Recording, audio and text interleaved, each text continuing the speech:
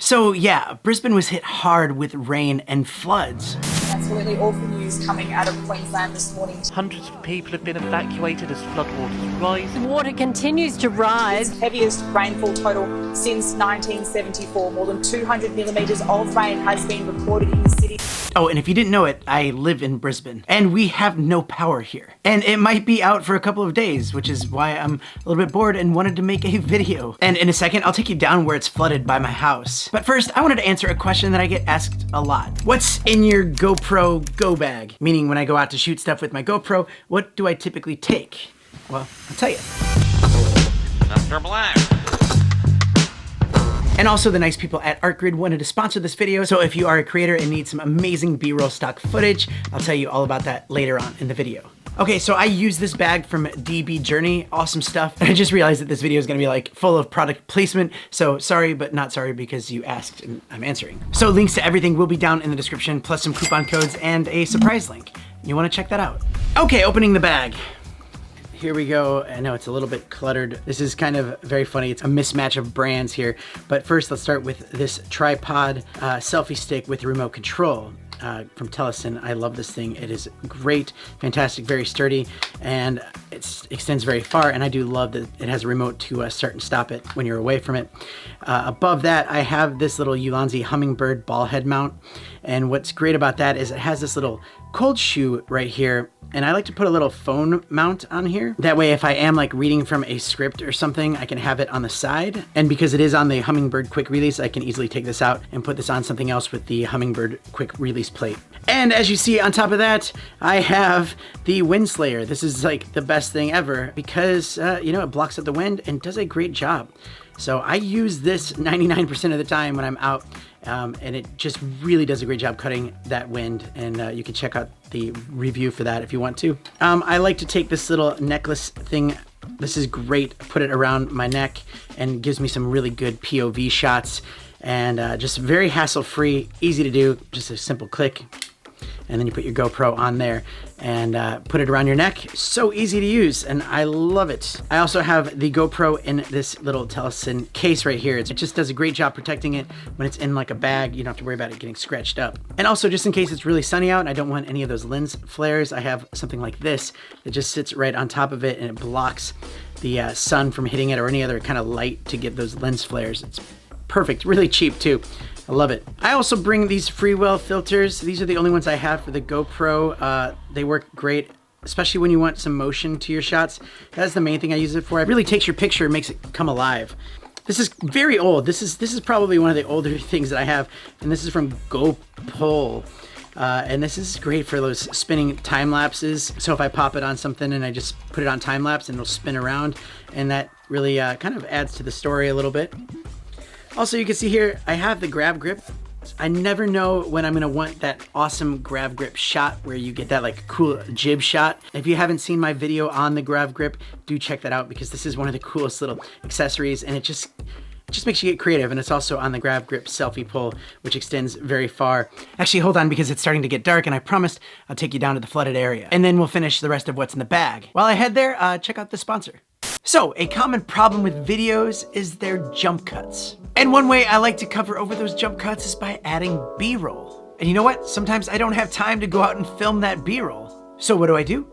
I use ArtGrid. They have an enormous stock footage library. You know, I went to the best burger place in the city, and it was delicious. Honestly, I didn't go anywhere, but the footage looks really good, doesn't it? Like for my last video, I needed some camping footage and I wasn't gonna go out and go camping. So I just did a little search and typed camping, and I just downloaded it in 4K, add it to my timeline, and it perfectly illustrates what I'm talking about. This is the whole point. If you're just talking to your camera the whole time, it's a great way for your viewers to feel a little bit more connected.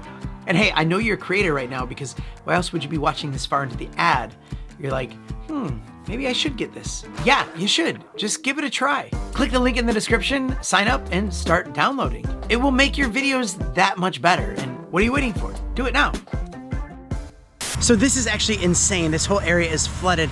And do you remember when I was like scooting on the soccer fields, or even on a previous video with the Insta360 One X2 where I was doing that stop motion shot? Yeah, that was there.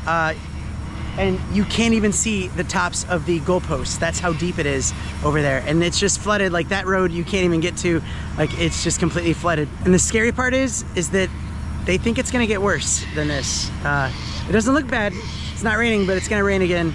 But that's a very loud noise, and I don't know what that's from, but it sounds like it's gonna blow. So let's get back to where it might be safe. And if you're like, wait, the power's out, how are you like editing videos? How are you making this and uploading it? Remember this review? I'm so glad that I got to review that and keep this because this has been very handy. Okay, let's just go ahead and get this. I always take with me a small rig clamp. That way if there's any kind of like pull or something I just want to clamp it onto, or like a skateboard or something like that, I just have that with me. You never know when you're gonna need it. Oh, these things are really cool. I just got these from HSU and these things are fantastic. I can't even tell you. When you put these things together and you really tighten them down with this little tool here, it works so good, and it is so tight. So depending on what angle you need it on and you want it to stay that way, it will under any conditions. Like it's really tight.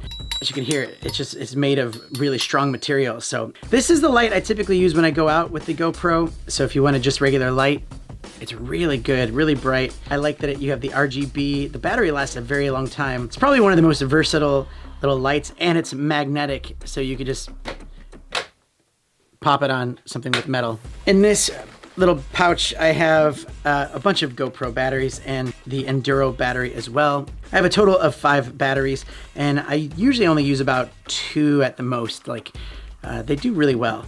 And then I have the Max Lens Mod. Don't leave home without it. You never know when it's gonna be really bouncy and rough and you wanna get some really creative, cool shots. The Max Lens Mod is the way to go. Teleson does make a cheaper one. Like for half the price, it's really good. But if you have the Max Lens Mod already, I would just suggest using that one because it's not as good as the Max Lens Mod. But if you're looking for a cheaper option, that definitely would be it. I also have this right here. This is a macro lens for the GoPro, and this is really fun. When you get this on there, you can get some really up close shots and it looks really sharp and really nice. And last but not least, people would be like, hey, do you use the media mod? Something like this with you know, extra microphones and wireless microphones and stuff like that. And the answer is no. I mean, whatever I can't accomplish with the Windslayer, I actually use this LensGo microphone right here. So this is a wireless microphone, and obviously you can have the receiver and hook it up to the media mod.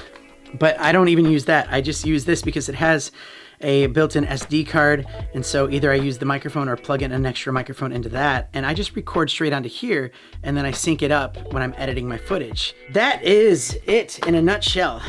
This is just what I take. I mean, I have a lot of other accessories, just, you know, depending on what I'm doing. If I'm going snorkeling or if I'm going skiing, you know, I have completely different stuff like snap mounts and things like that. But as far as just getting out of the house and going with my GoPros, this is what I bring right here.